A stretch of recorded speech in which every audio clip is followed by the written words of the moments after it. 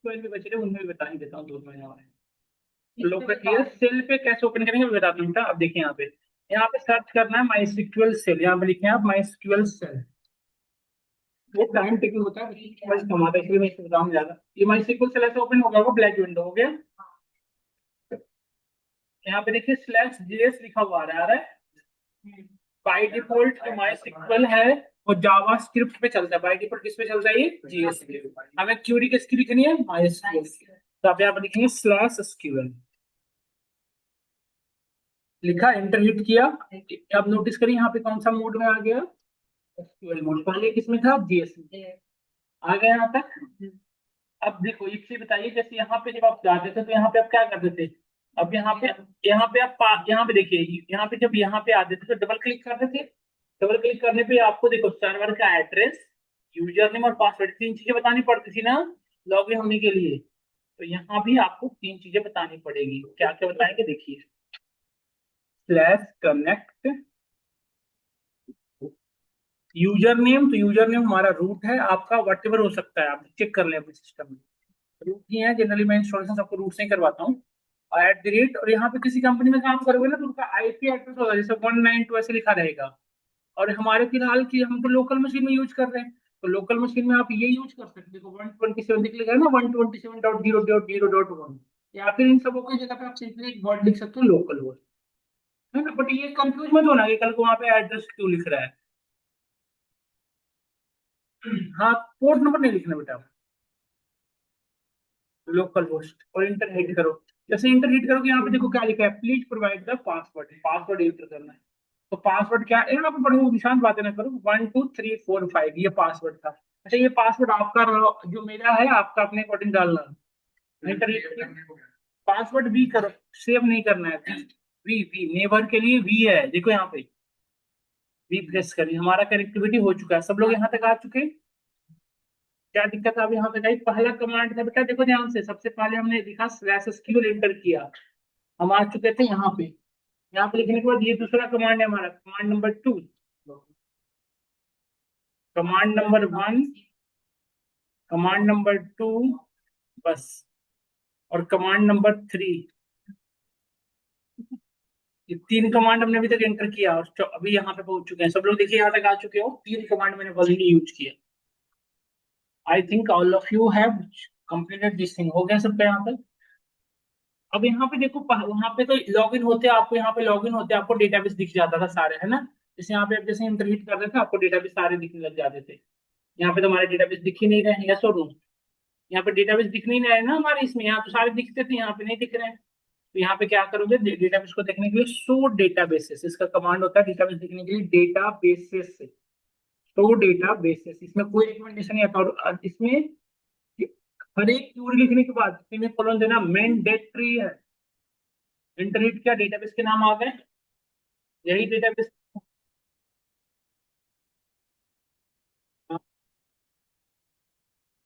करवाया ना बेटा। यहाँ पे यहाँ देखिए ना, ये लिस्ट कनेक्ट करवाया, इस पे क्यूरी लिखती हैं आप, ये इंटर कंपनी या इंटरव्यू में इसी पे क्यू सेल क्यूरी लिखते हैं। वर्कबेंच को नहीं सिखाती, बल्कि बताने समझाने के लिए, स्टार्टिंग में सीखने के लिए यूज करवाते हैं कंपनी में। इसमें सिक्योरिटी ज्यादा है ना, एक चीज बताओ। जैसे हमने इस यूजर को सिर्फ 2 डेटाबेस का कनेक्टिविटी दिया है, मतलब एक्सेस दिया है, तो यूजर के सामने सिर्फ कितना शो करता रहेगा, 2, है ना। वर्क बेंच पे ऐसा नहीं हो पाता। दूसरी चीज है, वर्क बेंच पे यदि आप जाएं तो आपके पास उस डेटाबेस की सारी डिजाइनिंग आपके पास है, देखो उस डेटाबेस के अपने इन पे मॉडिफिकेशन जो चाहो सो कर सकते हो ना ये चीजें। देखो इस डेटाबेस के अंदर जो चाहो अपने इन पे मॉडिफिकेशन कर सकते हो, देखो यहाँ पे ये सब चेंज कर सकते हैं अपने अकॉर्डिंग। बट यहाँ पे आप ऐसा कुछ नहीं कर पाएंगे, स्पेसिफाई है। हम्म। इस वर्क बेंच से क्यों करेंगे, सर्वर से है ना। वर्क बेंच हमारा एक तरह का एडिटर है, प्लेटफॉर्म है जहाँ पे क्यूरी लिखते हैं। सेल भी उसी तरह का प्लेटफॉर्म है, इसको वर्क बेंच से क्यों करना।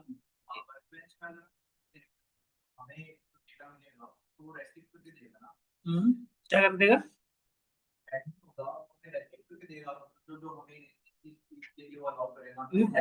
वर्क बेंच इस तरह से डिजाइन किया गया है ना कि बहुत सारी चीजें लैग कर रहा होता है। हाँ, उसमें एडमिन पैनल की एक्सेस ऑटोमेटिकली मिल ही जाती है यूजर को। कंपनी में आप जाते हो तो जनरली आपको वर्क में इंस्टॉल ही नहीं करके देगा, आपको सेल भी करेगा, सिर्फ आपके सिस्टम में सेल देगा। अब देखे होगे सीक्वल सर्वर इंस्टॉल कर देते हैं आपके सिस्टम में सीधा, और सीक्वल सर्वर का स्टूडियो नहीं इंस्टॉल करते, सीक्वल सर्वर का मैनेजमेंट देते हैं, मतलब आपके सामने सिर्फ ऐसे ही विंडो ओपन रहेगा जैसा मेरे में दिख रहा है। तो ये इसमें सिक्योरिटी ज्यादा सिक्योर है, मतलब इसलिए वो इसे यूज करते हैं। जैसे हमने 100 डेटाबेस लिखा तो आपको मेरी एक्सेस पूरे में थी, तो हमने सारे में जो मिल रहा है, आपको एक्सेस सारे में नहीं होता तो नहीं देख पाते आप, है ना। तो अब हमें इसमें से जो डेटाबेस पे काम करना है उस डेटाबेस को हमने सेलेक्ट कर लिया। तो लेट से हमने जब भी जो डेटाबेस सेलेक्ट कर रहा हूँ यूज, जी रुक जाओ एक सेकंड, जस्ट वेट, मैं अटेंडेंस देखना है।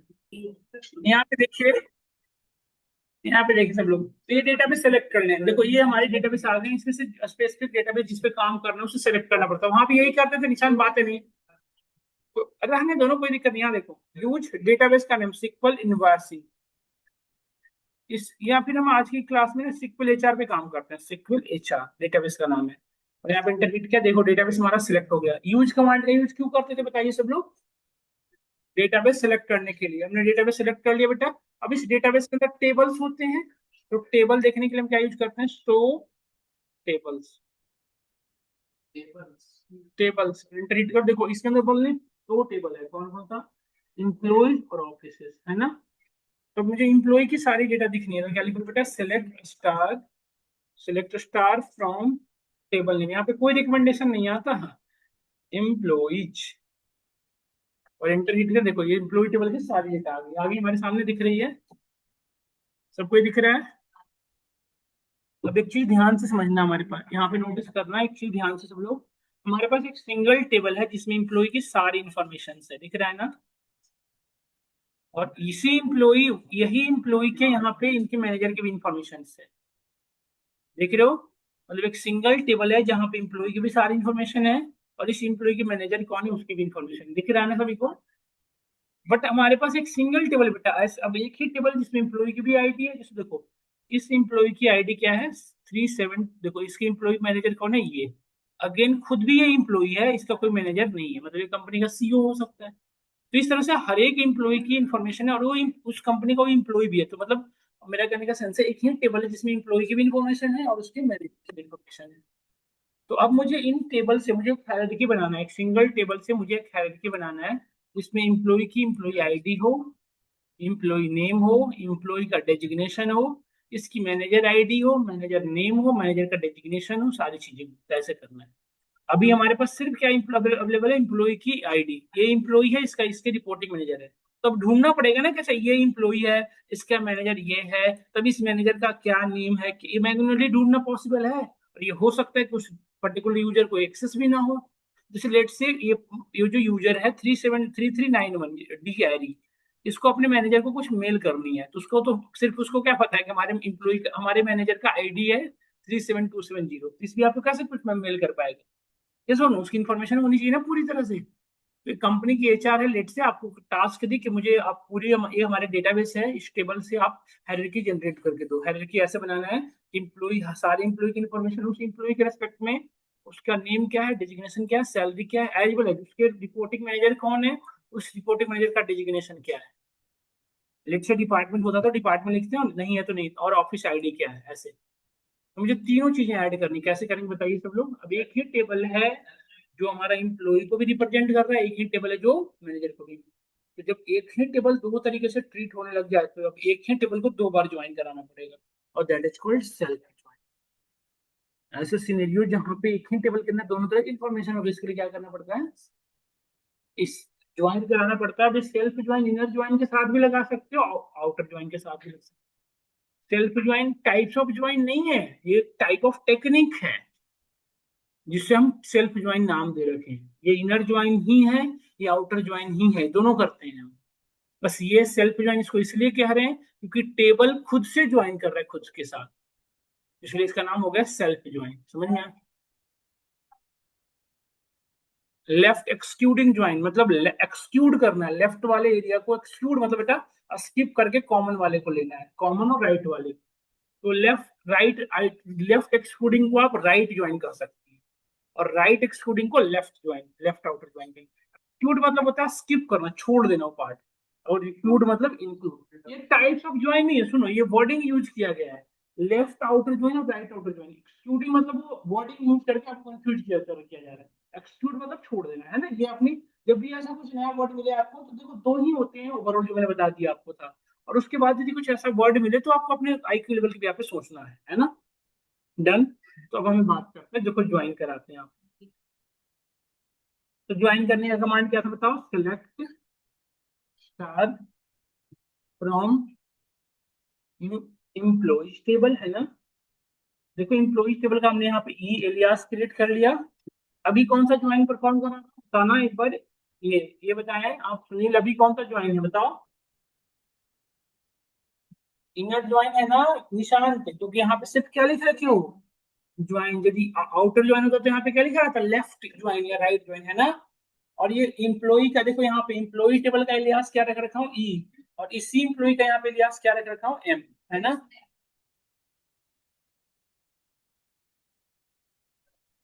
अरे बेटा आप तो गड़बड़ गड़बड़ी करते हो।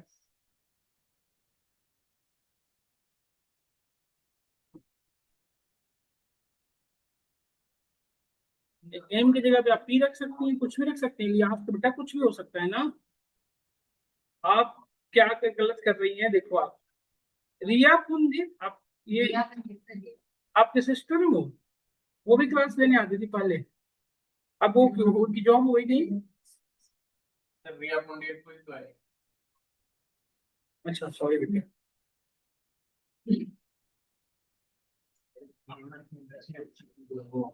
स्लैश एसक्यूएल लिखना है, दो बार स्लैश स्लैश नहीं लिखना। आपने क्या किया था? दोनों तरफ स्लैश लिख दिया। देखो ये गलती की है पहला।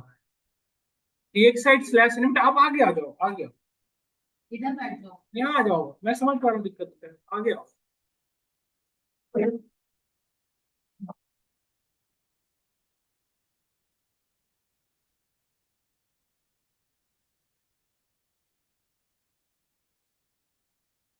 पासवर्ड सेव कर दिए थे नहीं? कनेक्ट हो गया।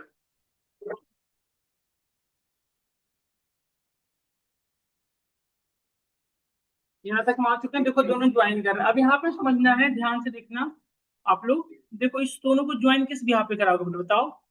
एक एम्प्लॉय टेबल में एम्प्लॉय आईडी है और दूसरे एम्प्लॉय टेबल में क्या है? उसके रिपोर्टिंग मैनेजर की आईडी। ये दोनों एक दूसरे से कैसे ज्वाइन करेंगे बताओ? आप ज्वाइन करना पड़ेगा, एम्प्लॉय जो है उसका मैनेजर होगा और जो मैनेजर है उसका एम्प्लॉय होगा। मतलब employee dot reports to is equal to manager dot employee ID. मतलब यदि कोई एम्प्लॉय है तो उसका मैनेजर होगा, और यदि कोई मैनेजर है तो उसके अंदर एम्प्लॉय होंगे। नहीं तो अब यहाँ पे लिखना पड़ेगा join on E dot reports to. ध्यान से देखना, ई डॉट रिपोर्ट्स टू हम किससे ज्वाइन करा रहे हैं? एम्प्लॉय के रिपोर्ट्स से। रिपोर्ट्स कौन हुआ? ऑन कीवर्ड यूज करते थे ना, पढ़े थे ना हम लोग। इज इक्वल टू मैनेजर का employee ID, M dot employee ID.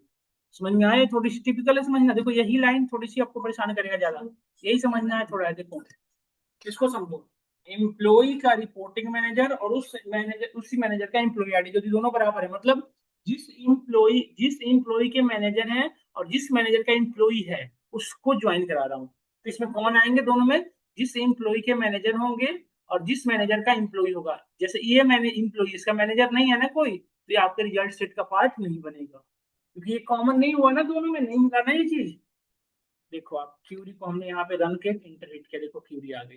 Result समझ में नहीं आ रहा होगा, रिजल्ट समझाने के लिए मैं एक और तरीका यूज करता हूँ। देखो अब मैं यहाँ पे स्टार हटा के कॉलम का नेम मेंशन करता हूँ, ठीक है।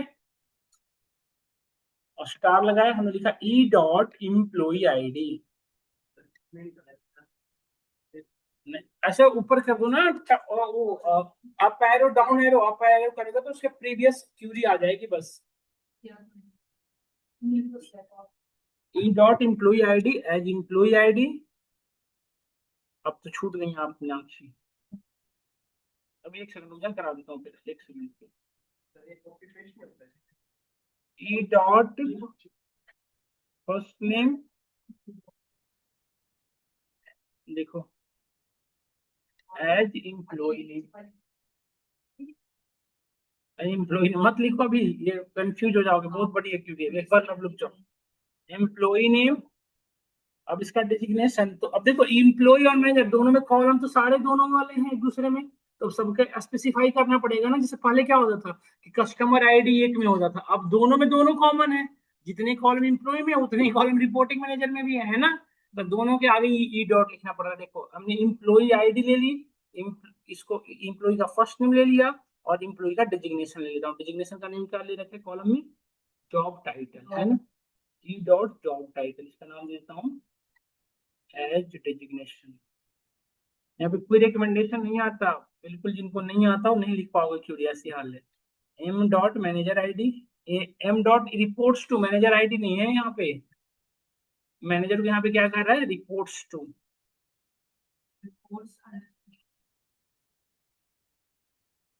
Reports underscore to as manager ID.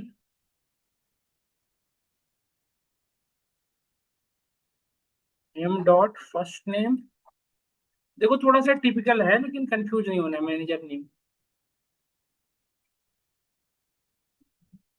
M dot job title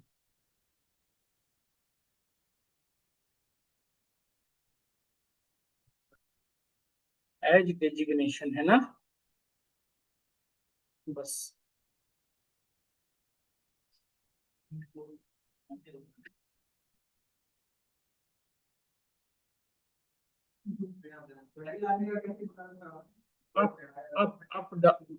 ये अप बटन लो बटन जो होता है ना, पेज अप पेज डाउन, देखो आ गया ना एम्प्लॉय आईडी, ये है, इसके रिस्पेक्ट में मैनेजर आईडी नहीं आया। रुक जाओ, फर्स्ट नेम और एम डॉट रिपोर्ट, यहाँ पे गड़बड़ हो गया है। यहाँ पे manager ID M dot reports,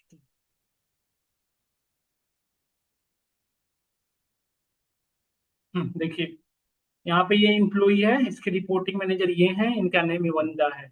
और ये सारे देखो, एक चीज देखो ध्यान से बेटा, जो हमारा पहले जो रिजल्ट था, जो मेन टेबल था, उसके अंदर ये खुद भी इम्प्लॉई था, है ना। इसके रिस्पेक्ट में इसका रिपोर्टिंग मैनेजर नहीं था। बट यहाँ पे देखो, यहाँ पे इस इम्प्लॉई में कहीं भी 37270 दिख रहा है आपको, नहीं।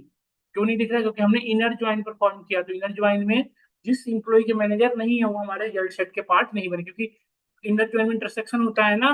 देखो रिजल्ट बन के आ गया आपके सामने, जितने मैनेजर थे उनके रिस्पेक्ट में उसके employee ID, employee name, designation, manager ID, manager का नेम और डेजिग्नेशन। डन। अब क्यूरी एक्सप्लेन करता हूँ, ध्यान से देखो। अब मैं क्यूरी एक्सप्लेन करता हूँ, ध्यान से देखना। देखो एक सेकंड रुकना सब लोग, देखो मैं एक्सप्लेन कर रहा हूँ, एक सेकंड बस सब लोग वेट करें, बताता हूँ।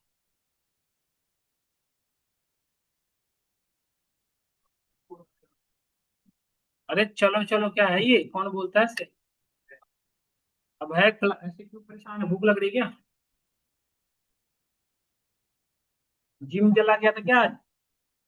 देखो देखो यहाँ देखो मैंने क्या लिखा बेटा, select star, select all the column from which table, देखो किससे करा रहा हूँ, एम्प्लॉइज टेबल।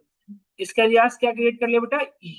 अब देखो ये कौन सा ज्वाइन हमने पढ़ा था, इनर ज्वाइन। इनर ज्वाइन के लिए ज्वाइन लिखो या इनर ज्वाइन लिखो, बात बराबर है। और इसको किसके साथ ज्वाइन कर रहा हूँ, फिर इसी टेबल के साथ, देख रहे हो ना। ज्वाइन किसके साथ कर रहा है, इम्प्लॉय टेबल के साथ। बट इसका इलियास यहाँ पे अलग रख दिया हूँ, यहाँ पे अलग रख दिया, मतलब एक ही टेबल दो बार अलग अलग नाम से ज्वाइन हो रहा है। अब किस भी यहाँ पे ज्वाइन हो रहा है, देखो ज्वाइन इम्प्लॉय का रिपोर्ट्स टू, जिस इम्प्लॉय के रिपोर्टिंग मैनेजर है, is equal to M dot employee ID. समझ रहे हो ना, ये दोनों एक दूसरे से ज्वाइन कर रहे हैं। समझ में आया। इस रिजल्ट से समझो, जिस इम्प्लॉय के इम्प्लॉय आईडी है, जिस इम्प्लॉय का रिपोर्टिंग मैनेजर है और जिस रिपोर्टिंग मैनेजर के इम्प्लॉय आईडी है, ये दोनों आपस में ज्वाइन कर रहे हैं। समझ में आया। तो इस यहाँ पे ये दोनों ज्वाइन करेंगे। ज्वाइन करने के बाद हमने क्या किया, हमें ये लेट से ये सारे कॉलम चाहिए थे, तो ये सारे कॉलम तो दोनों टेबल में है ना।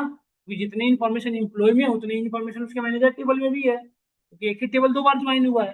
तो हर टेबल को स्पेसिफाई करना पड़ेगा, तो इसलिए हमने क्या किया, ये कॉलम के नेम क्या है, देखो यहाँ पे हमें क्या लिखना पड़ेगा, E dot employee ID.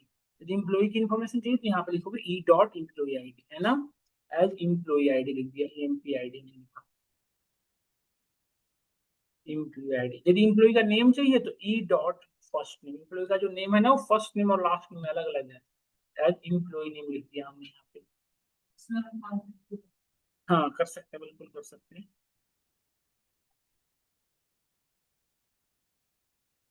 Starting से किया एक ही टेबल है ये जो दो बार रिपीट हो रहा है। एक ही टेबल है बेटा। तो ये जो रिजल्ट आपको सामने दिख रहा है यही चाहिए। हमें इम्प्लॉई और उस इम्प्लॉई के रेस्पेक्ट में उसके डेजिग्नेशन चाहिए, किस इम्प्लॉई का मैनेजर कौन है, उसकी पूरी इंफॉर्मेशन चाहिए। मतलब I want to find the all information of employees with their managers.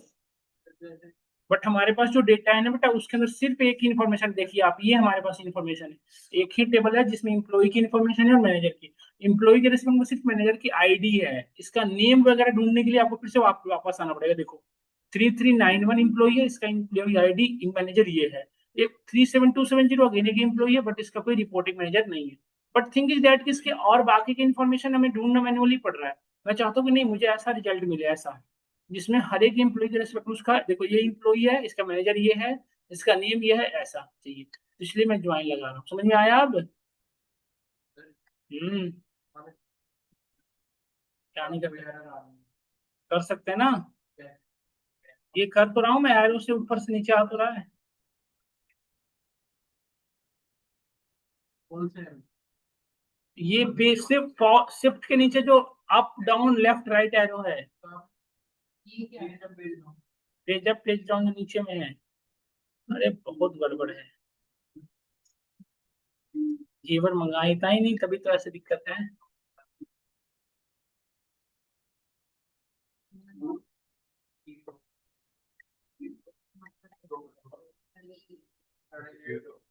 क्या क्या लिख दिया मैंने, एक सेकंड रुक जाओ। Employee name comma E dot job title, column के नेम है ये सब। कंफ्यूज क्यों हो रहे हो? सब पढ़ तो रखे हो ये सब। As designation. Hmm.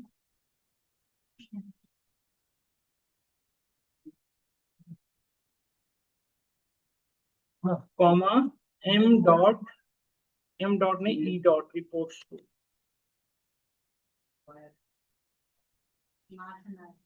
Comma as manager ID, comma M dot first name. बातें नहीं करो, as manager name, comma M dot designation, sorry job title. यहाँ पे कॉलम का नेम लिख रहा हूँ, ये सब कंफ्यूज होने की बात है ही नहीं। हमने इतने सारे ज्वाइन पढ़ा तो रखा है पहले। देखो आ गया। ये क्यूरी है, आपके सामने बड़ा कर दूं क्या?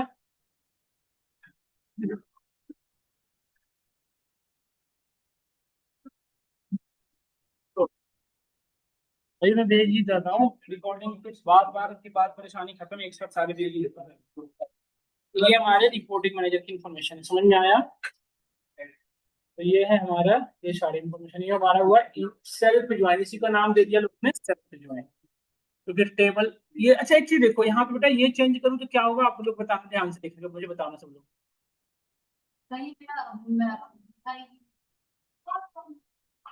कॉम्प्लेक्स बहुत नहीं है बेटा, वो ये यहाँ पे लिख दिया हूँ इसलिए लग रहा है। वहां पे लेके चलो, वहां पे वर्क पे लेके चलो, देखो बहुत टेबल थोड़ी बेटा, ये तो क्यूरी है। डिफरेंस नहीं कैसे है, देखो आप यहाँ पे इम्प्लॉई की इन्फॉर्मेशन, उसके सामने रिपोर्टिंग मैनेजर की सारी इन्फॉर्मेशन है। पहले जो था हमारे पास जो रियल टेबल, उसके अंदर ये इन्फॉर्मेशन नहीं है, सिर्फ मैनेजर की आईडी आईडी अवेलेबल है। आईडी से किसी को मेल मैसेज नहीं कर सकते हो ना, पूरी नेम पता होनी चाहिए ना आपको। कंपनी में जैसे आप ज्वाइन किया तो आपको पता होना चाहिए ना कि हम किसके अंडर में काम कर रहे हैं, हमारे टीम लीड कौन है, या क्या कैसा क्या, सब कुछ होना चाहिए ना। तभी तो आप अपने अकॉर्डिंग फिर मैसेज मेल कर पाएंगे लीव के लिए या वटेवर वर्किंग फ्लो के लिए, सारी चीजें।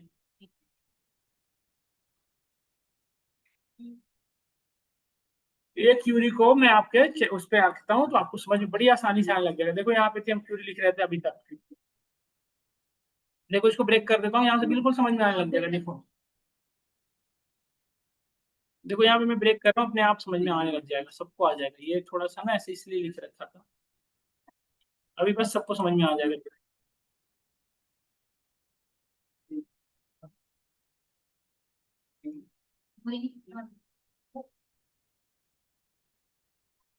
देखो अब आ रहा है ना, समझ में आने लगा ना, सबको बताइए। देखो अब आने लगा ना, मैंने ब्रेक कर दिया। देखो यहाँ पे क्यूरी देखो लो। देखो अब ये क्यूरी ऐसा सिंपल समझ में आने लग गई। देखो देखो ये इसमें यही थी। देखो ये दोनों टेबल एक ही टेबल में जो दो बार म्यूट कर लीजिए, बताइए। अरे म्यूट करेगा, बताइए बताइए कौन है ये।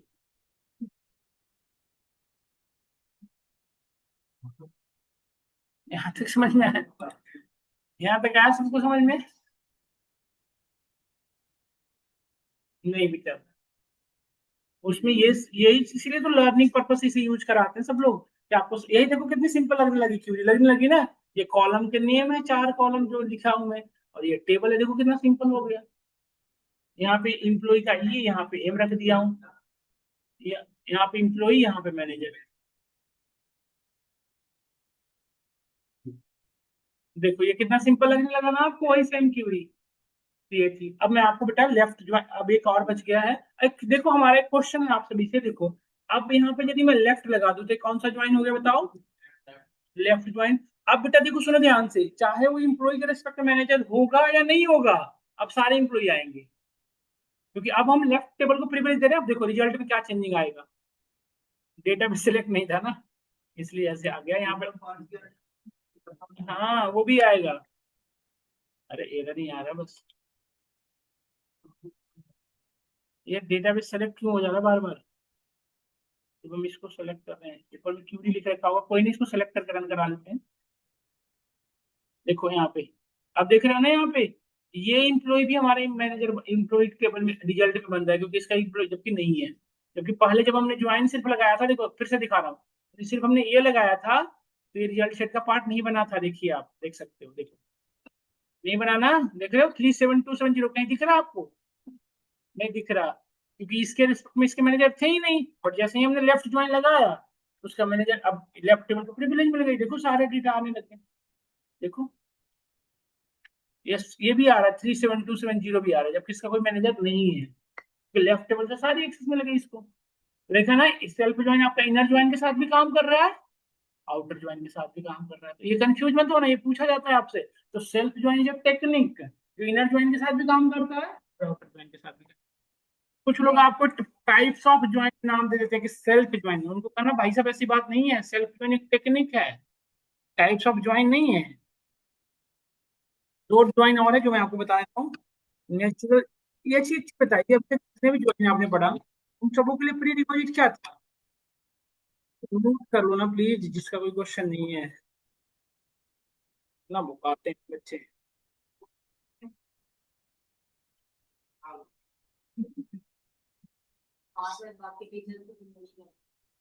यहाँ पे देखो दो ज्वाइन और है, नेचुरल ज्वाइन और क्रॉस ज्वाइन। अच्छा चीज देखो, अभी तक जो भी ज्वाइन आपने पढ़ा, चाहे वो इनर ज्वाइन था या आउटर ज्वाइन था, उन सबों के लिए क्या कॉमन चाहिए था? दोनों टेबल में कॉलम कॉमन चाहिए था, नहीं? अभी तक जो भी आपने ज्वाइन पढ़ा उसमें क्या देखा आपने, कि दो टेबल में यदि कॉमन कॉलम होगा तभी ज्वाइन होगा, नहीं? बट लेट से दो टेबल को ज्वाइन भी कराना है और दोनों में कॉमन कॉलम नहीं है, तो क्या यूज करेंगे? तो फिर ये दोनों का नाम आता है। नेचुरल ज्वाइन और क्रॉस ज्वाइन करने के लिए दो टेबल में कॉमन कॉलम होना जरूरी नहीं है।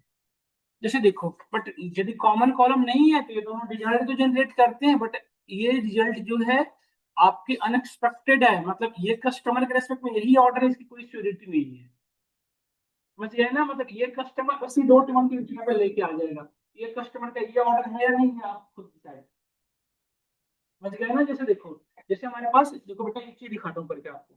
जैसे देखो हमारे पास ये डेटाबेस है, इक्वल स्टोरी, इसी पे काम कर रहे थे हम लोग अभी तक, पिछले कई साल, कुछ दिनों से क्लास इसी पे चल रही है। तो देखो ये कस्टमर है, इसकी कस्टमर की ये सारी इन्फॉर्मेशन है, ठीक है?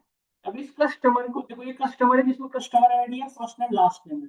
अब इसको मैं प्रोडक्ट टेबल से ज्वाइन कराऊं, देखो प्रोडक्ट टेबल में इन दोनों में कोई कॉमन कॉलम है? देखो बताओ, सब लोग नहीं है ना? देखो एक चीज देखो, यहाँ तो समझ में आ जाएगा अपने आप। देखो ये कस्टमर टेबल है, कस्टमर कस्टमर आईडी सारी इन्फॉर्मेशन है। प्रोडक्ट टेबल में प्रोडक्ट आईडी हुई है, क्या दोनों में कोई कॉमन कॉलम दिख रहा है आपको? नहीं। देखो इसमें प्रोडक्ट आईडी, प्रोडक्ट में क्वांटिटी और यूनिट प्राइस है, और कस्टमर टेबल में सिर्फ customer ID, first name last name है। इन दोनों टेबल में कॉमन कोई कॉलम है बताओ? नहीं है। और यदि ज्वाइन कराना होगा तो ना तो इनर ज्वाइन इसमें हेल्प कर पाएगा, ना ही तो आपको आउटर ज्वाइन कर पाएगा? कर पाएगा। तो इस केस में हम दो चीज यूज कर सकते हैं, या तो नेचुरल ज्वाइन यूज कर सकते हैं या तो क्रॉस ज्वाइन। अब दोनों का यूज थोड़ा अलग है। नेचुरल ज्वाइन बेटा बिल्कुल अनएक्सपेक्टेड रिजल्ट जनरेट करता है, उसका कोई सिग्निफिकेंस नहीं है। जबकि क्रॉस ज्वाइन का एक स्पेशलिटी है कि दोनों के बीच में क्या करेगा, ऑल पॉसिबल कॉम्बिनेशन जनरेट करेगा। मतलब जितने रो हैं उसके साथ जितने भी दूसरे टेबल के रो हैं सभी के बीच में ऑल पॉसिबल कॉम्बिनेशन। समझाता हूँ, करके दिखाऊं तो समझ में आएगा। देखो देखो, सेलेक्ट, बातें ना करो ना सब लोग। सेलेक्ट स्टार फ्रॉम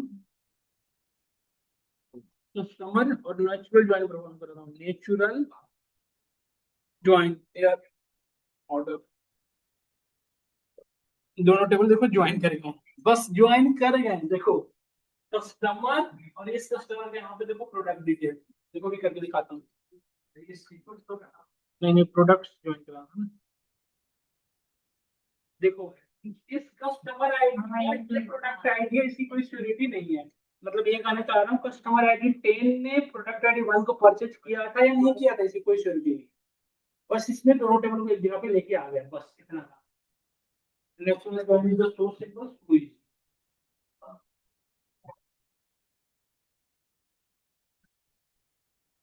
देखो कस्टमर आईडी, प्रोडक्ट आईडी, देखो देख रहे हो इसमें, बट ये स्टेबिलिटी नहीं है कि ये सही है गलत है, ये रिजल्ट बस लेके आ गया।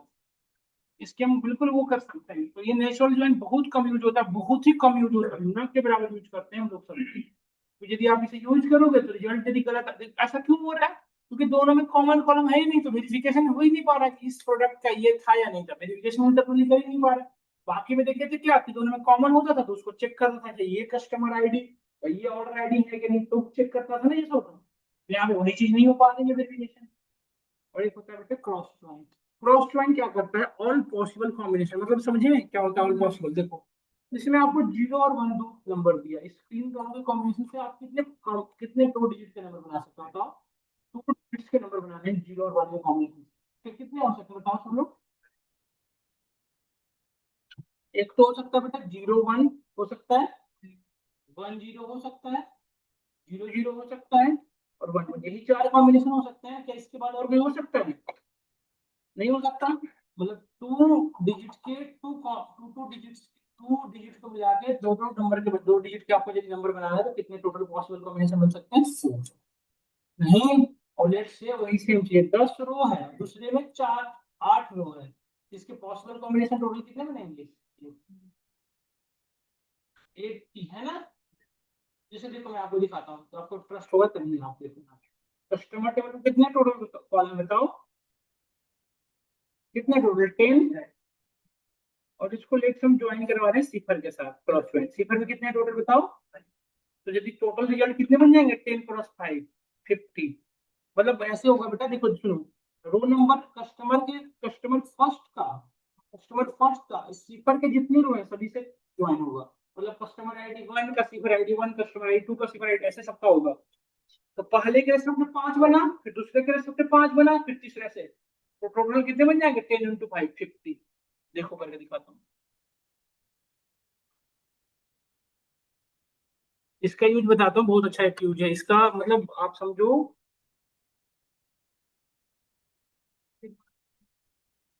हम स्टार ले लेता हूँ सीधा, ठीक है। देखो ये अब देखो यहाँ पे, अब यहाँ पे कॉलम वेरिफिकेशन कराने की तो नीड है ही नहीं, आपको पता ही है। बट एक चीज बड़ी अच्छी बात है, नेचुरल ज्वाइन और कॉलम और क्रॉस ज्वाइन में कॉलम के बीच में यूनियन होता है। मतलब जो कॉलम दोनों में दिखता रहेगा उसको एक बार दिखेगा। और यदि कॉमन कॉलम है ही तो फिर नेचुरल ज्वाइन लगाएंगे ही क्यों? ये सब लोग देखो बेटा, ये इसके आगे काउंट लगा दो, स्टार के आगे काउंट, तो ये बता देगा कितना नंबर ऑफ रो बने हैं। एक पहली बात सुनो, एक सेकंड, हेलो, एक सेकंड पहले आप क्लास में जब आओ थोड़ी, तो हमें भी देख लो, डिस्टर्ब होता हूँ थोड़ी। तो आप दो ऐसे आ गए, दे दो इनको ठीक ठीक जल्दी से दे दो।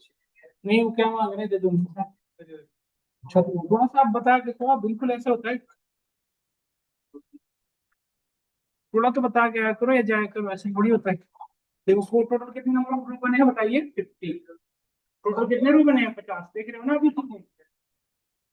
ये हमारी 25 रो है, 10 × 5 में टोटल कितने रो बनते हैं? 50। इसका यूज पता है कहाँ होता है? जैसे मैं अपनी जब मैं पूरी लाइफ में अभी तक में जो है तो एक बार इसका यूज किया और बहुत अच्छा यूज हुआ, और उसमें सिर्फ यही ही हेल्प कर पाता है। देखो बताता हूँ कौन कैसे सिनेरियो में। जैसे मैं इसके पहले होंडा का इंडिया में वर्किंग था, तो क्या होता है कि हर साल होंडा अपनी 4-5 नई नई मॉडल लॉन्च करती है, मतलब हर न्यू ईयर पे लॉन्च करती है, दीपावली में लॉन्च करती है, देखे होंगे आप। तो क्या होता है कि हर मॉडल का 4-5 कलर आता है ना? तो एक तो हुआ मॉडल नंबर, उसके 4-5 कलर, दोनों का कॉम्बिनेशन, मतलब हर मॉडल का 5-5 कलर। ठीक है। अब देखो जैसे होंडा ने मल्टीपल कंट्री में अपनी वो बना रखा है शोरूम्स, और हर कंट्री में मल्टीपल डिस्ट्रिक्ट है, हर डिस्ट्रिक्ट में उसके मल्टीपल सॉरी, हर कंट्री में मल्टीपल स्टेट है, और हर स्टेट में मल्टीपल डिस्ट्रिक्ट है, और हर डिस्ट्रिक्ट में मल्टीपल उसके डिस्ट्रीब्यूटर हैं। जैसे हर जगह शोरूम खोल रखे हैं, तो हर शोरूम वाले के पास हर मॉडल के सारे कॉम्बिनेशन जाने चाहिए। यस और नो? तो इस केस में क्या करना पड़ता है, जितने टेबल है सबके बीच में क्या कर दो, क्रॉस। तो सभी के पास साथ उस सारी का कॉम्बिनेशन बना के दे देगा कि जैसे डिस्ट्रीब्यूटर 1011 उसके वो एक स्टेट है, उस एक कंट्री उसका ये स्टेट, इसके पांच ये मॉडल और इस मॉडल का हर कलर। ताकि देखो जैसे कार उसके पास अवेलेबल है नहीं है, लेकिन उसके पास इंफॉर्मेशन तो होनी चाहिए, इस मॉडल के 5 कलर हैं, इसमें से आप जो चाहो आप ले सकते हो, और फिर बाद में कंपनी आपको भेज वो करवा देगी। बट ऐसा तो नहीं कि लेट से कंपनी ने बना रखी हो और यूजर के पास डिस्प्ले ही नहीं हो रहा है, यूजर के तक तो पहुंचेगी इंफॉर्मेशन नहीं। तो कैसे पॉसिबल है हर के पास भेजने का? यही तरीका है, ज्वाइन करके पहले हम रिजल्ट सेट बना लेंगे, तो उस रिजल्ट सेट को सबको अकॉर्डिंग फॉरवर्ड कर देंगे, ताकि हर हमारे डिस्ट्रीब्यूटर के पास इंफॉर्मेशन पूरी होगी। नहीं जैसे इस साल नए कितने कार लॉन्च हुए, उसके नए कितने कलर्स नहीं। तो इस केस में सिर्फ यही की हेल्प कर पाएगी, बताओ कोई और क्यूरी हेल्प कर पाएगी? नहीं कर पाएगी, क्योंकि हमें कॉम्बिनेशन बनाना है दोनों का यूज करके। तो क्रॉस ज्वाइन सिर्फ आपको कॉम्बिनेशन बनाने में help। तो यहाँ पे आपकी ज्वाइन पूर्ण रूप से कंप्लीट हो। यही तक था ज्वाइन हमारा। अब हम कल की क्लास में ग्रुप बाय और हैविंग क्लॉज डिस्कस करेंगे, उसके बाद कोशिश करेंगे हमें